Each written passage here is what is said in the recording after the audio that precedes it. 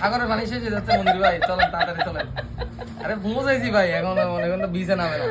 এই হচ্ছে গিয়ে মানে আমরা তো মালয়েশিয়াতে আসলে অনেক ট্রাভেল করতাম, তো আমাদের বেশিরভাগই বিচে যাওয়া হতো বিভিন্ন আইল্যান্ডে। তো তো উনি হচ্ছে গিয়ে যখনই করছে কোনো আমরা আইল্যান্ডে যেতাম সবার আগে পাড়েতে উনি নেমে যেত। মানে বিচ দেখলে আমাদের এই যে বাস হোটেলের পাশ থেকে মানে পানি দেখতে পাচ্ছে, আর মানে আসার পর থেকে খালি বলতেছে এই বেরো বেরো, এই পানিতে সুইমিং করতে যেতে হবে। একে খাইতে না না তুমি খেয়ে না আস্তে আস্তে। তো এ হচ্ছে গিয়ে মানে যেখানে যাবে যাক, যে মানে পানি দেখলে হচ্ছে আর নিজেই কন্ট্রোল করতে পারে না। তো আমাদের একটা ভাই ছিল মনির ভাই, তো এই মনির ভাই বলতো রাজু ভাইয়ের পানি দেখলে মাথা ঠিক থাকে না, এখন ওনার অবস্থা সেম। কি সেম হ্যাঁ কি আপনি কেন কক্সবাজারের মতো?